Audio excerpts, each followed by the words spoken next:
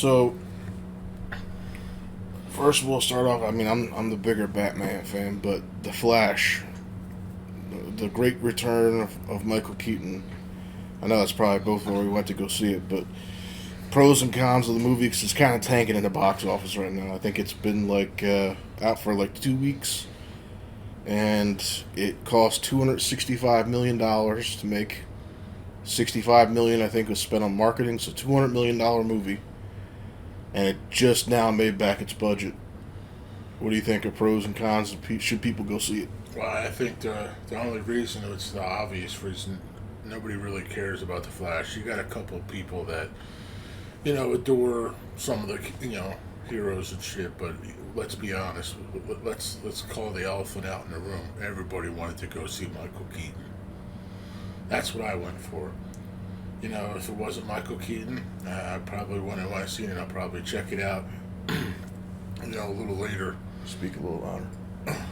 Well, turn up the sensitivity, man. There you go. Talk a little about that level. But I would say it's everybody, the money that's making it's only because of Michael Keaton.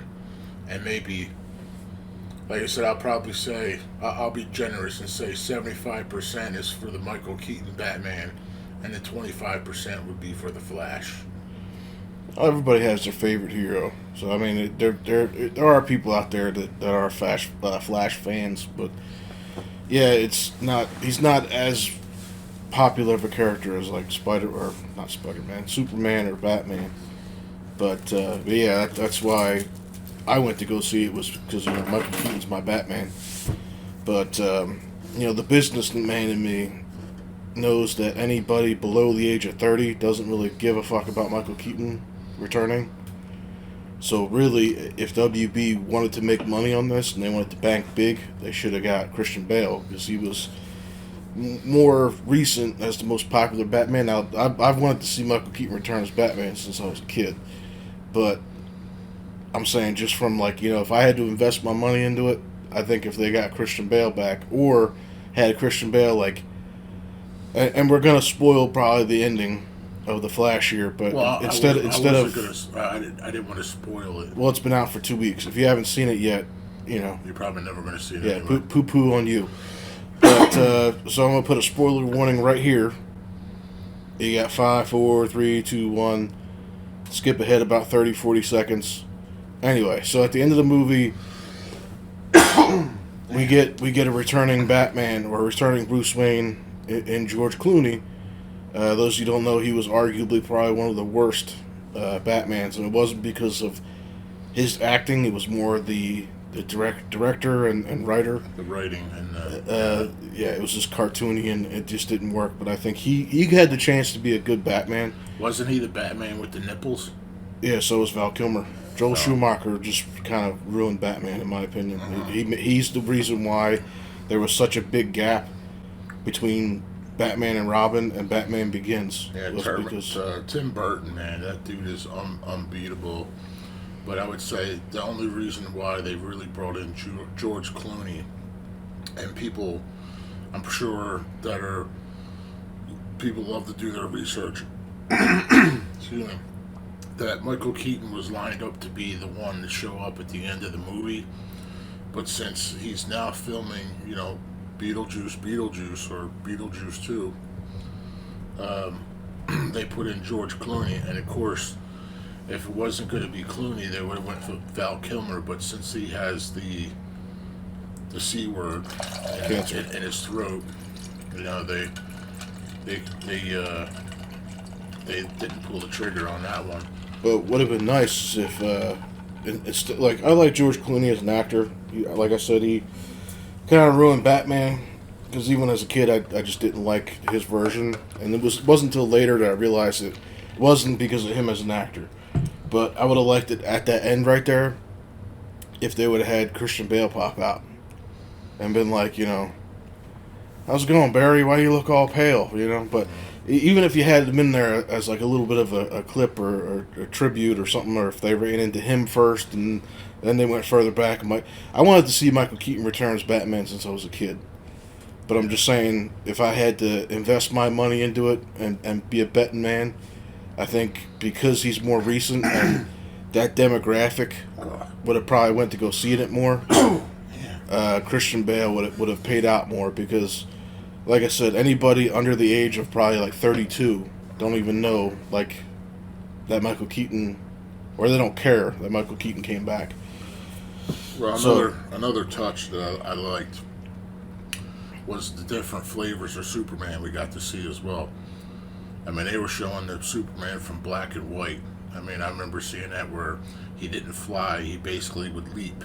Yeah, I still like the Nicolas Cage one kind of tripped me out. The canceled Tim Burton version of, because I actually gained like a bunch of popularity over the last few years. Like actually a screenplay or a script or something got leaked where he was fighting a big spider, and that's why he was doing it in that little flashback. But I love the Christopher Reeve, man. Yeah, that was cool to see. They brought him in there, then they brought the original Supergirl back too. I was like, wow, this is awesome. The cameos were nice, but the only thing is that, you know, for a $200 million movie, the VFX fucking sucked. Like, it looked like PS2 graphics, PS3 graphics. Like, it wasn't great. That's the problem with a lot of movies today, man. It's just like Terminator 2 set the standard because it was used, but it wasn't abused. Yeah. Now it's like constantly in everything. I mean, not to just jump around, but like the Ninja Turtles, and they're coming out with another Ninja Turtles, they need to just stop, and go back to the guys in the suits. The original Teenage Mutant Ninja Turtles movie was awesome. Even the second one, The Secret of the Ooze, there was dudes in the suit, and it was cool because there was a guy in the second one who actually was in the suit, and in the first one he was actually the one kung fu pizza delivery guy. Yeah, he was actually, he got to be on the outside of the suit, but he also did for the stunts. He went back into the suit. The suits looked awesome, and now with the technology they got today, they can make those suits even better. And they did it with Michael Keaton's Batman suit that he's in now in this new Flash movie. It looked awesome. Yeah, it was just a little bit of an upgrade from the Batman Returns armor. Yeah, just to see him.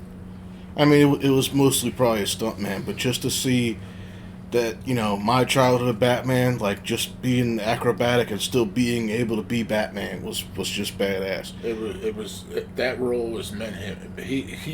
Michael Keaton is meant to be Batman and Beetlejuice. Arnold is the Terminator and Conan the Barbarian. Yeah, Peter Weller's RoboCop. Yeah, everybody finds their character, man. And, you know, like I said, everybody sees Arnold, immediately it's connected to the Terminator. He's, you know, everything, even when he was Governator, everything gets blended in there because that was his character. And that's, it just made him Michael Keaton. You know, even like, I'm jumping around. I'm going to go back. I'm going to go to Sylvester Stallone. You know, he got Rambo and Rocky, man. Two of his epic of all-time characters, man. But Michael Keaton, when I saw it the first time in '89 Batman, I didn't move from my seat, man. It was I loved it because Tim Burton, he just makes it's dark. It's dark, and he fights at night. The Dark Knight, that's the way it's supposed to be. Tim Burton is the man when it comes to making Batman. Yeah. And I'm sorry, but you know, this James Gunn guy, he's got to go. He has to go. Well, we haven't actually seen any official movie from him yet. So the Superman legacy, we're gonna kind of bounce around a little bit. I want it to be like mainly a Batman thing, but him doing this as a Superman legacy, and he just completely ousted Henry Cavill. Yeah, that dude. That I didn't think anybody would be able to play Superman better than Reeves, but Cavill killed it. He knocked it out of the park. It's the same thing I was talking earlier about with the Joker. You know, I didn't think anybody was going to beat Jack Nicholson. Jack Nicholson didn't even want to do it, but he wound up doing it, and he fell in love with the character. And for the longest time, I couldn't remember anybody coming close until Heath Ledger came along and just took a step ahead of Jack Nicholson. He took just a step. I'm not saying he's like the best, but I'm saying he's basically standing he's almost a shoulder to different shoulder with Jack Nicholson, but he's a different take. I'll give you that. They're both fucking good. I mean, if you gotta look at it like the gold standard, like they're both right there. And that's another thing, you know, another almost like a little spoiler is that with the Flash, the throwback to the '89 Batman, it was awesome. And if people don't know, just remember what they found on the Joker when he died at the end of '89 Batman. It turns up in the Flash. We already spoiled a lot. It's the laughing bag. Yeah, the laughing bag. I thought that was a nice touch. Yeah, it was nice. But I gotta say also, I keep jumping here, man. But the Batwing in this one was awesome. Well, at least they didn't get shot down by a hand cannon, by a 6-shooter. Didn't knock it out of the sky this time. Like that thing could do like a spiral, and he stays still. He doesn't move. It was like, wow, somebody jumps on it, he can spin the whole thing around, and he's still sitting straight. I mean, I thought that was awesome. But yeah, I mean, to see Michael Keaton do all the stuff that he was doing when he put back on the suit, man, he went nuts, and it was great. Yeah, I can say that the trailers for me, anyway, just because I'm a Batman fan, so I watched them over and over again. But I called almost every major story beat in that movie before we even, bought the ticket. My only prediction was at the end, because, again, we're spoiling things, but I called that, at that final fight with Zod, that either Supergirl or Batman would be continuously killed, because in the trailer he's like, nobody dies, and they would continuously go back in time and mess up the timeline. And my thought was, at the end, it was going to jumble things up so much that Barry was going to go back in time, fix things, quote unquote, then head to the current timeline, and it was going to be, Michael Keaton was going to be our new Batman in DCU. But I was pretty much dead on with everything except for who popped out of the car at the end, but that was like a little wink, wink, nudge, nudge. There's film, there's pictures too, and you can even probably share it with your video here if you wanted to. Just put them in there, where they showed him at the end. He was in a nice suit. You could see they were taking snapshots of him. It was originally supposed to be Michael Keaton at the end, which was going to help him with the continuation, which he's going to get regardless. But I really believe that they did that so he can go work on the Beetlejuice movie that he's doing now, and I can't wait, because that's his other character. Yeah, Michael Keaton played a lot of characters, man. Even the car from Cars, race car, man. Chick Lightning or something like that. Chick McGee or Chick something. Thunder, like I can't remember. He's like like Chick McGee Chick Hicks or something like that. McGee or something. I don't know. But it was really cool, It was cool, and he did a McDonald's movie or whatever too. But they were just never him. When he did that Batman, that was it. After Batman Returns, there probably should have been another one. But well, honestly, my dream now, moving forward, cause I got one dream fulfillment, so I might as well dream bigger.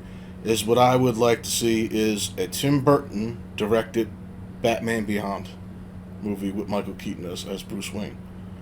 So not only would he be Batman at the front of the movie, but then he would be like the mentor / Alfred to a new Batman. I probably would leave the name out. I'd probably go with like Batman Eternal, which is usually every movie is going on about a different time. So it's Batman Returns, Batman Eternal, which means he just keeps going. I'm saying Batman Beyond because it would be a bit like the cartoon and comic. Well, that's where it's like his kid or something takes over. No, it's a little convoluted. Like in the Batman Beyond cartoon and comic book, Terry McGinnis is a clone of Bruce Wayne and I think Selena Kyle, and the embryo was implanted into Mrs. McGinnis, and it's kind of convoluted. So eventually you find out that Bruce Wayne is actually Terry McGinnis's biological father or a clone or whatever. So it's kind of weird, but I don't know. I guess because we were kind of like talking about this earlier, but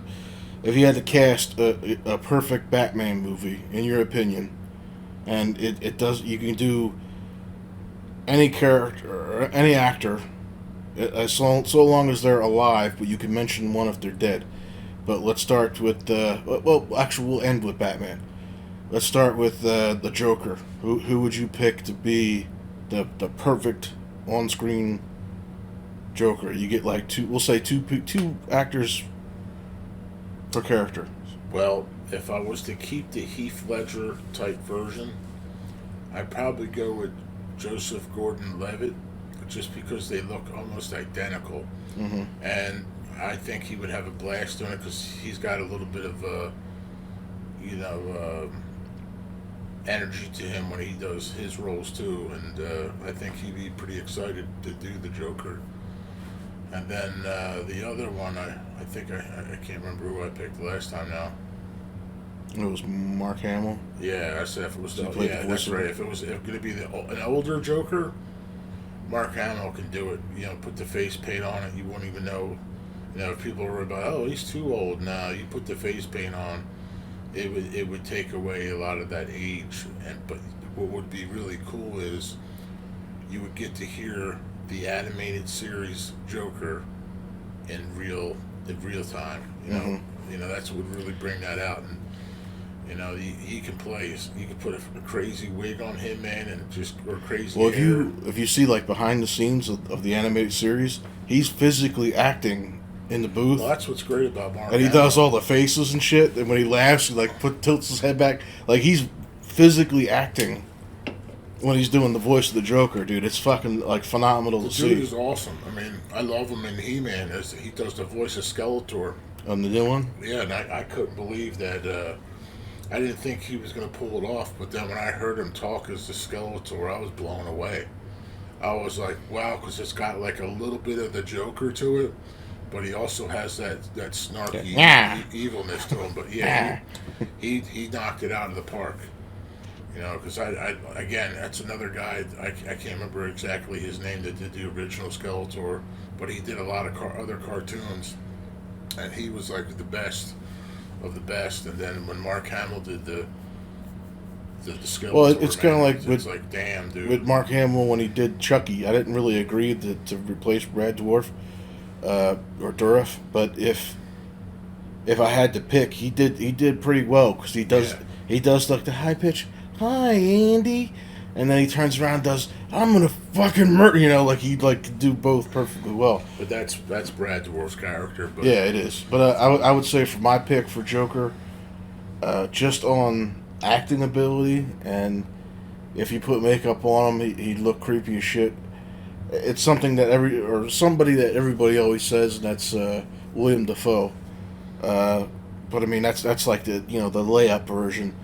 One other actor I would say, because he played in a movie, and I can't remember the exact name, but he played a Wendigo, and like he in the movie bit off his lips, and you could see just his teeth, and it looked like he had like a permanent smile. And he's a great actor for like creatures and shit, and that's Doug Jones. The only problem is that he's like really tall and lanky, which I mean I guess the Joker is, but I think Doug Jones would probably be my top pick. I don't know. I think that Mark Hamill is another really great choice, but I just don't want to pick the same people as you. So I mean, you made two really great picks, but my number one, I'd have to go with Doug Jones. But I don't know, who should we do like next? A porno name and shit, man. It can't, yeah. What's your name? Douglas Jones. Jones, man. I'm gonna break out my Jones. Oh fuck, man! I don't think he'll ever listen to this. But if he does, he'll be like, oh, I got a compliment, that fucking other guy, I hate him. but all right, let's say we're just gonna kind of go random with it. But I was saying with Solomon Grundy, I think Arnold Schwarzenegger should get his chance again to be a Batman villain, because I think he just, again, it was more of a writing thing, and I think if he played Solomon Grundy, he could play that pretty well. Or I'm thinking for that, because it resembles them, Lou Ferrigno, because he looks like the Hulk. Yeah. And it's basically he would kill that role because Lou Ferrigno played the Hulk. He did the voice in the Marvel movies for the Hulk. All the Hulk movies that we've seen are all Lou Ferrigno's voice that you hear yelling. It's all Lou Ferrigno. He would play, I think, an awesome on TV. And I think for Arnold, I don't know. I think they were probably, I don't know. Yeah, I mean, I agree with that. Lou Ferrigno Arnold could probably pull off that. What is that? That Del Ghul guy or whatever? Al Ghul, Ra's al Ghul. Yeah, he probably could play like the older version of him. Oh, that's not bad.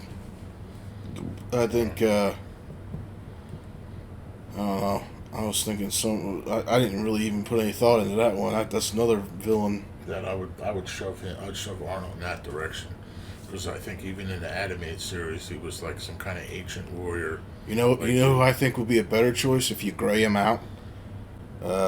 Maybe do a little salt and pepper. Chuck Norris would be a good Ra's al Ghul.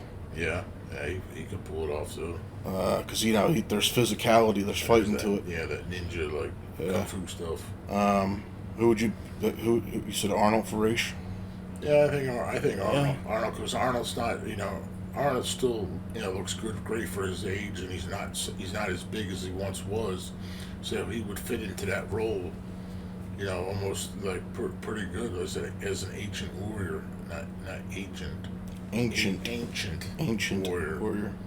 But yeah, Chuck Norris would also be, I think, another excellent. Yeah, because the dude's still in shape, and like I said, he has like a grayed out beard and long hair. Give him the skunk look like he has. Yeah. I think he'd be pretty good for that. But I guess we'll go on to the Riddler. If I had to pick a Riddler, I'd probably say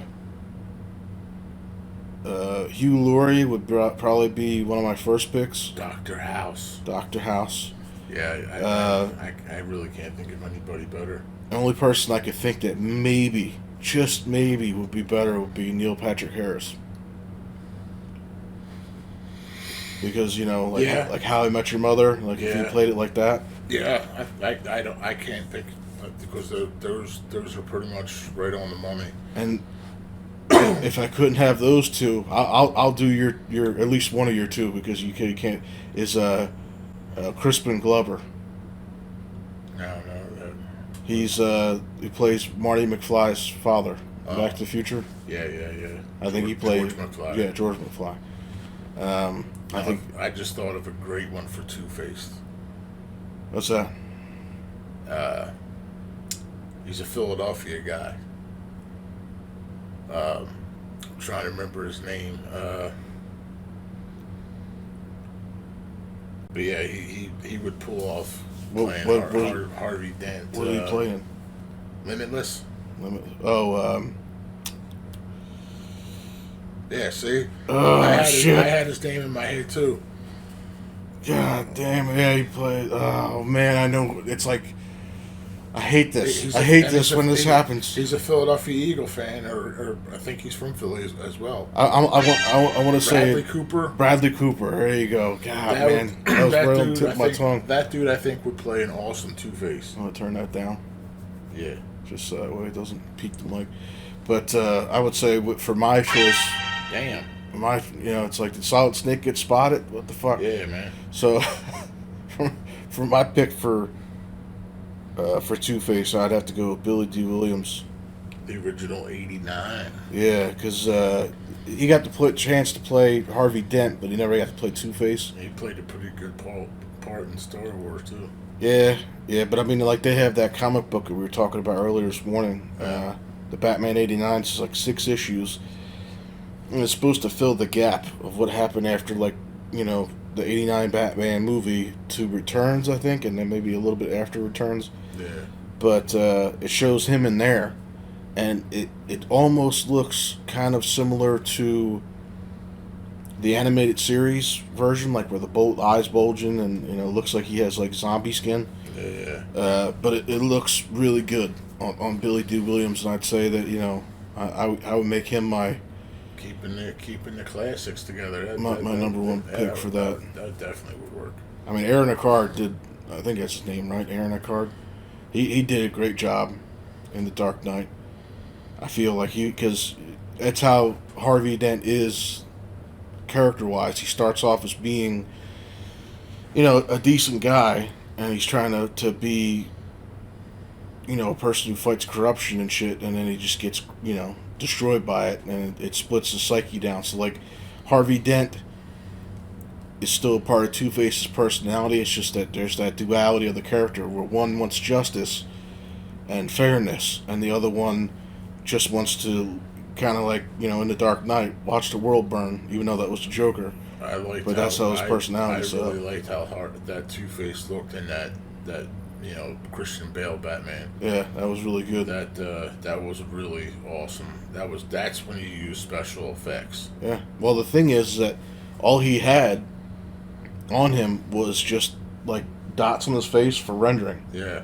So they can actually take their time, and they filmed everything in camera. Yeah, that was cool. And matched up his eye movements and all that. You see the cartilage, you see the teeth in there. It was perfect. And people were like pissed off that he died in that movie. It's like he was going to die anyway. Yeah, he would have died of an infection.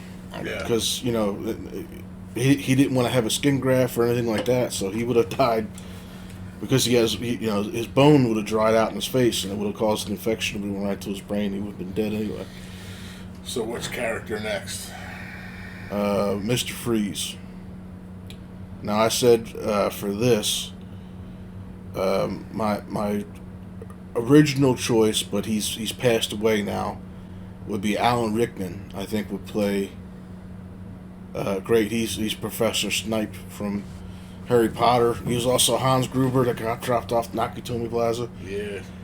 He would be my number one, but if I can't, obviously you can't get him, so I'd say Christopher Lloyd, another Back to the Future actor. And I can't really think of anyone better than Christopher Lloyd. I mean, the only other guy that I think if he's still alive was the guy in the original 18 TV show.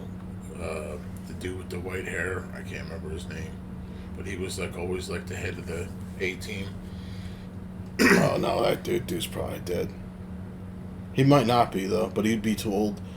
I mean, Christopher Lloyd's old as shit too, but I think the only other person maybe that's another thing that George McFly dude can play too. Crispin Glover. Yeah, I was gonna say honestly, if he could play it, kind of like he did Lex Luthor, Michael Rosenbaum.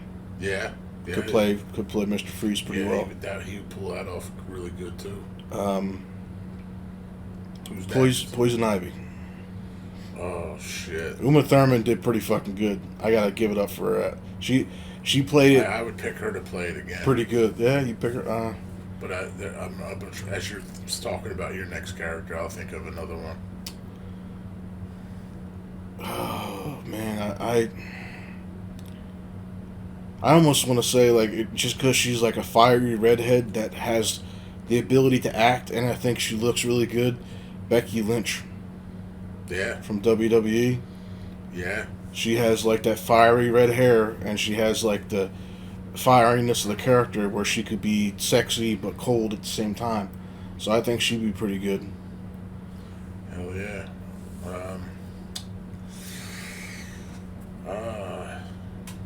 Yeah, I can't. Yeah, all I see is Uma Thurman. Yeah. Okay, we'll do Harley Quinn. We'll stick with the ladies. She pulled it off pretty good. Harley Quinn. Yeah. I mean, the one girl that's playing her right now, Margot Robbie. Yeah, she's pretty badass. Yeah, I can't really disagree. Tara Strong, who voices her currently, I think she could play her. I guess my other choice would probably be like Alexa Bliss from WWE. Yeah, but she's trying to be like her. I don't know. I think if she's given, well, I'm just saying, but she's kind of short too. I just kind of don't mean to pick at the shortness, but. Well, fucking Becky Lynch is the same height. Yeah. So, you always make people look taller. I ain't really that big of a deal. But yeah, it's shit. Let's see, Catwoman. Catwoman, I still love Michelle Pfeiffer. She's still looking great to this day. Yeah, she's still a firecracker. And even Holly Berry, she really brought the sex appeal to the character, and she still got it too. Seeing her in John Wick, I'm just like, yeah, she's still got the moves. So those two, I would say Michelle Pfeiffer and Holly Berry. You know, they both played the character, and they both would knock it out of the park. You know, I can't. This is one that really kind of stumps me. Because Michelle Pfeiffer it sits in my brain. She occupies my brain as a Catwoman. I can't really get her out of my head, but I would say if we're gonna do, oh man, I don't know, because like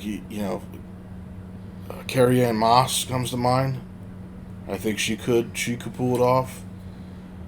But she's getting up there in age, and you need somebody like to carry a franchise. So I don't know, man. That's a rough one for me. I'm the one that picked it. I think probably Emilia Clarke can probably pull it off too. Oh yeah, she would be phenomenal. The mother of dragons. Oh shit, yeah. Yeah, she would probably be a really good pick. Shit, Ariana Stark, the girl who played her, would probably do a pretty good job as her too. Yeah. For that matter, you're bringing some. But Talia al Ghul, if I had to pick, Emilia Clarke. No, That's no, because she like Talia al Ghul is like Ra's al Ghul. They kind of have. I think there's a little bit of Middle Eastern in them, so you need somebody who's not entirely white, to play it, because it's just like just to be character accurate. But I would say if I had, it's not accurate to the character, but she's not like full on Caucasian. She's not Caucasian at all. Would be Salma Hayek. I think could play a good Talia. I was thinking the Michelle Yeoh or Ho or whatever her name is. Yao. What was she? What was she? She was in Kill Bill. She got the top of her head cut off. That was Lucy Liu. Yeah. Okay. Yeah. There's a Michelle too. I think she was also in one of the Jackie Chan movies where she wanted doing stuff with Jackie Chan. I think it's Michelle Yao. I can't remember, but yeah, if you see her, she's another one that would pull off, because she's got the moves too. Yeah. The Kung Fu Warrior. Yeah. Yeah, because it's just, I don't know. There's something about like, and even with Ra's al Ghul, like that's why I was saying like Arnold would probably be decent, and I mean Chuck Norris is white as can be, but just to be character accurate, because they found the Lazarus pits. That's what makes them immortal. They found them in the Holy Land, which is like Israel and all that. So they have like they're not Caucasian characters. Let's put it to you like that. It's just not fitting for that to be a full-on Caucasian in my opinion. But so who do you got next? Or are you still picking? I would say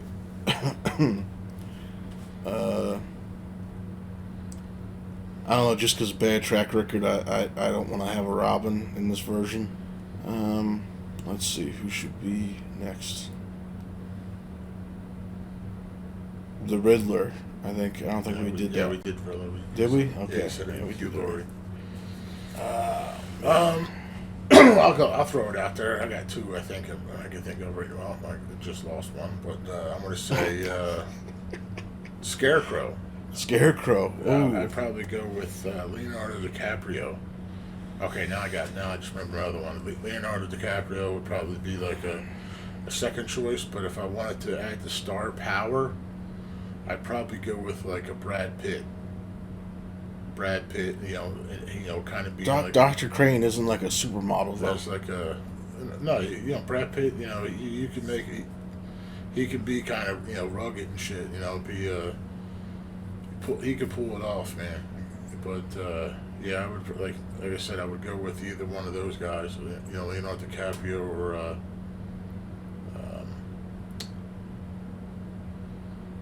Brad Pitt. I think Brad Pitt would probably pull it off. You know, can you imagine him talking like in a creepy voice? Trying to I think scare you and shit. Tom Jane would be a good Scarecrow. He played Punisher. Yeah. He was Nemo in the Crow City of Angels. Yeah, he's a pretty good pick. I mean, shit, for that matter point, But if Iggy Pop. I'd probably use Tom Jane as like Robin. That's with Robin, with, dude, he's like old enough to be Batman. with Michael Keaton. You know, Michael Keaton's Batman, and have a pretty cool older Robin that maybe turns and it doesn't stay as Robin, but finally turns into Nightwing. So it'd be Dick Grayson. Yeah, so that would be Tom Jane right there. Yeah. Yeah, I wouldn't want to see him as Robin though. I'd have to. Well, He'd have to be I'd like, just give it to him. I'd just give him Nightwing right out the gate. I wouldn't put him in like the weird tights. I'd probably give him like the armor, like I think it was the Batman and Robin movie. That was the George Clooney, wasn't it? Yeah. Yeah, I'd give him like the cool armor. I wouldn't do the Peter Pan looking, Robin. All right. What was your second villain after Scarecrow? So Brad Pitt and Leonardo DiCaprio. No, after Scarecrow, you said there was another villain that you had and you lost. Bane. Bane. Okay. Bane. My first pick would be Braun Strowman. All right, I guess we'll save the. I can't think of really any Batman. I'm like a little tired. I've been up since like 4 this morning.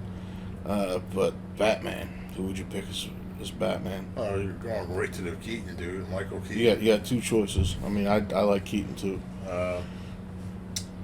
Well, I picked Michael Keaton, of course, because like he killed it in Flash. Right there, it was going to basically tell me, can he do this? And when you see him in the Flash movie, man, he does some jumping around and moving. I know that it's somebody helping him out, maybe, but he moves. He does some of his own, but he looked really good in that Flash movie, and I think he can pull it off. I think. I gotta say it, man, but I really think Ben Affleck deserves to have his own movie. Mm-hmm. I think. I agree. I think he played in the Flash. Ben Affleck, man, he lost some weight. He was pretty ripped up. Usually he had like a rounded face in Batman. He had a chiseled face. He was in shape, man. Like he looked like way better, man. He lost. You could see his face. He had his face was he was just chiseled. He had the dimples. I mean, he wasn't around the face like he did when he did the Superman versus Batman or whatever it was and stuff like that. He was in shape. You can see it big time when he was playing the Bruce Wayne role. I don't want to be accusatory here, but there's that weight loss drug that everybody's taking that gives you that gaunt face look. And it worked. I think it worked for him, and I think with him putting on the cowl with that face that he had there, man, he would be pulling it off. Yeah, I think it would be awesome. I think I do think that he definitely, because he plays, in my opinion, before I give you my choices, I gotta say his version of Batman is probably the most comic book accurate, especially in his movements and how he's fighting and shit. I liked how he fought in that one. But it was Batman versus Superman in the deleted scenes where he was hanging from the rafters and he just drops down and swoops the dude up and goes right back up. Yeah, that was like, dude, that was the most Batman thing I've ever seen on the big screen happen. I think Ben Affleck really deserves to stop, his own movie. He really does. And if Michael Keaton doesn't do it, but I think, The Flash, they're going to hear stuff like this. This is going to get out. I'm pretty sure a lot of people are talking. They're going to say, I didn't go to watch The Flash. I went to go see Michael Keaton because either the young generation is going, I always hear the older generation talking about Michael Keaton being a great Batman. Oh, I'm going to go watch The Flash just to see for myself. And they probably went, holy shit, this guy's badass. You know, when he put it on, he goes, "You want to get nuts? Let's get nuts." So I was like, "Zing!" I just went from 80 to 100, and I was like, let's do it, man."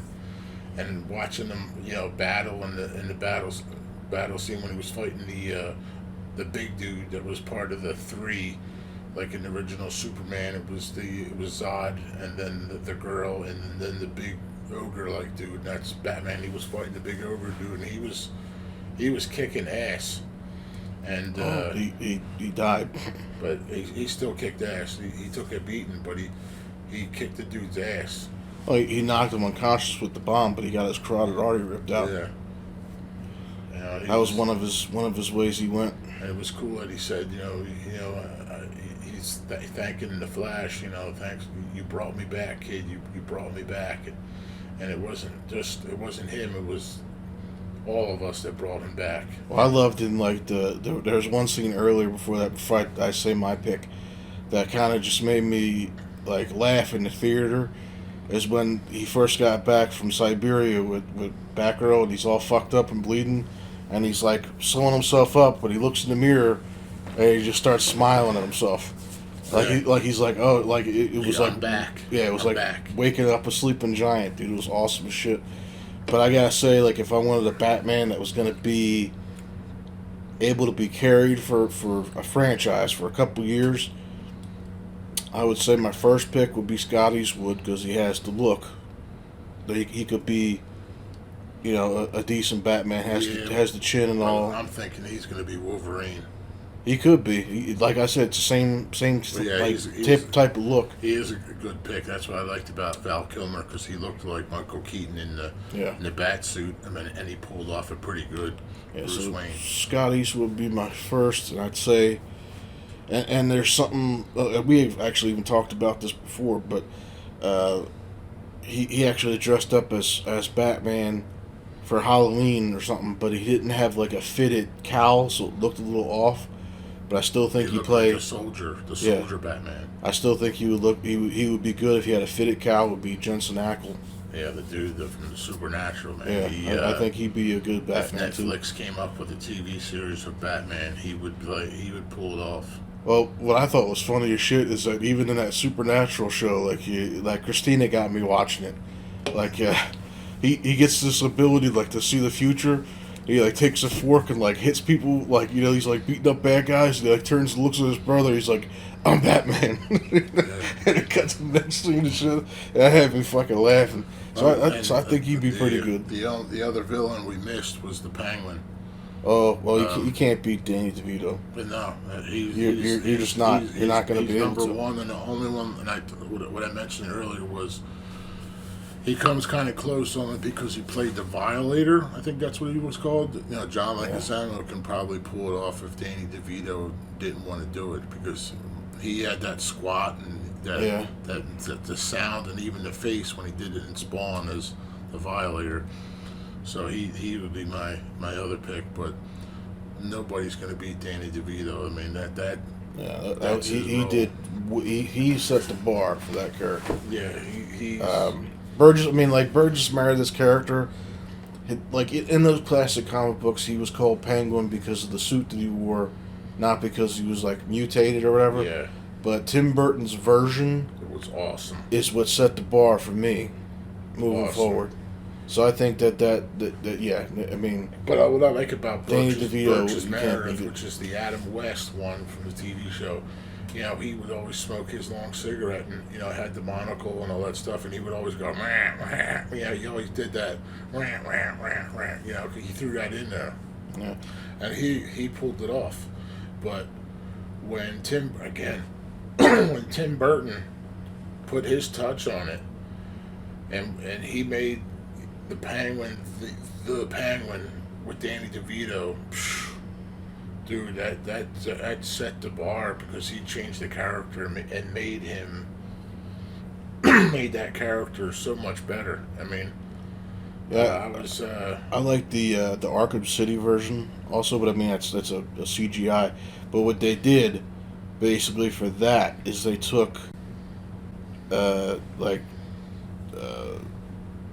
DeVito's version, but they also took like the animated series version, and smacked them together. His monocle in that game, I don't know if you had the chance to take like a really good look during the cutscenes, but it's the bottom of a bottle, like it got like broken and jabbed into his face. That's his monocle in those Batman games. So I don't know, man. I'm hard pressed to find anybody that And then could do a better everybody else Danny that DeVito. comes into the fold, I think there's, again, it's only a CG character, but you got the dude that, what, the clay fighter dude. Yeah, you got Man Bat, and you got the Tweedledee and Tweedledum. They're big. Wasn't there like a Croc dude or something? Yeah, Croc. I keep, because like I get mixed up because I know there was a Croc dude in Spider-Man. That's Lizard Yeah, they're dude or something, Doctor whatever. Lizard or I'm not that big. Like, I'm kind of disappointed that my son started off being a Batman fan, and then he became a Spider-Man fan. Every hero or every kid has to have a hero. So I'm happy that he found his, and Peter Parker and Spider-Man. He's even Miles Morales. I think he actually likes Miles Morales more. But They're good role models to look up to. the really big thing about the '89 Batman and the Batman Returns is something that's missing big time in this day and age, is the toys. Yeah. And I think everybody's wanting to have a cell phone or a smartphone and just be connected. And in a way, it's kind of good, but I think we, as people, have left a lot of good things behind because we're too focused on wanting to have the best technology. Back in my day, it was who had the best sneakers or the best clothes. And now it's like, I have the cell phone 3. Well, I just got the cell phone 6. It's like, come on, man. But back in my time, man, it was the movies we got to enjoy. And that's why '89 Batman for me, when I saw the movie theaters, was I got the cereal, which I got you and added to your collection. Yeah, it's still sitting And over there. it's still sealed and everything, man. The Batman Bank and everything. It's still with the cereal box. I was blown away when I saw that, and I was able to get it. And I got it because I remember eating that cereal. It was kind of like regular Captain Crunch, but a little bit more Yeah, it was corn tasty. It's like Batman symbols with Captain Crunch, and then I used to eat the ET cereal. It was just Off subject with cereals, dude. The one I miss is Hidden Treasures. Yeah. I really like. I have literally, and I'm not embarrassed to say this, on Twitter. I think it's Quaker Oats or General Mills. I can't remember who made it, but I figured out who made it, and I've been pestering them like almost like on a weekly basis. Like, everybody's coming back with throwback products. Like Dunkaroos came back, Tang came back. Yeah. Surge even came back. So it's me, with these '90s stuff coming back, Yeah. it's like, why can't we get some old classic cereals back? Well, the thing too is what I liked when I was a kid was the Count Chocula, and then Frankenberry, Boo Berry. They came back. Those are finally, like, it was always Count Chocula, and sometimes you got lucky to get the Frankenberry. Boo Berry was the hardest one to get. It was like either they didn't make enough of it or whatever, but it was mostly Count Chocula or Count Chocula. And Frankenberry was also another hard one to get. And then now it's out there because nobody cares. That's why they're easy to get now. But all that stuff, man, was great. I think another thing you want to bring back now, the Ghostbusters Wrapped, the new Ghostbusters movie. Ecto Cooler. Bring back the Ecto Cooler. Ecto Cooler. Bring it back, man. That's what things, man. It wasn't just the movie that It was all the stuff. It was the that built up. experience. It was the experience of everything coming together. You got the stuff that you liked was in foods. There was a real Ghostbusters cereal. It was just like exactly like Lucky Charms. Yeah. It was awesome. And you had the pillowcases and bed dressings and blankets and quilts. And the toys, the toys, which was the biggest, because like love the Ghostbusters. Now you got the toys, and you can play endlessly. And my thing was when I was growing up was Masters of the Universe, and then when the cartoon, I start watching the cartoon, I love playing with the toys. I'd play with the toys until the cartoon came on. Then it was G.I. Joe, but I wasn't too big into G.I. Joe then. And now I'm actually starting to watch the G.I. Joe, and I keep asking myself, why the hell was I not involved in this a little bit more?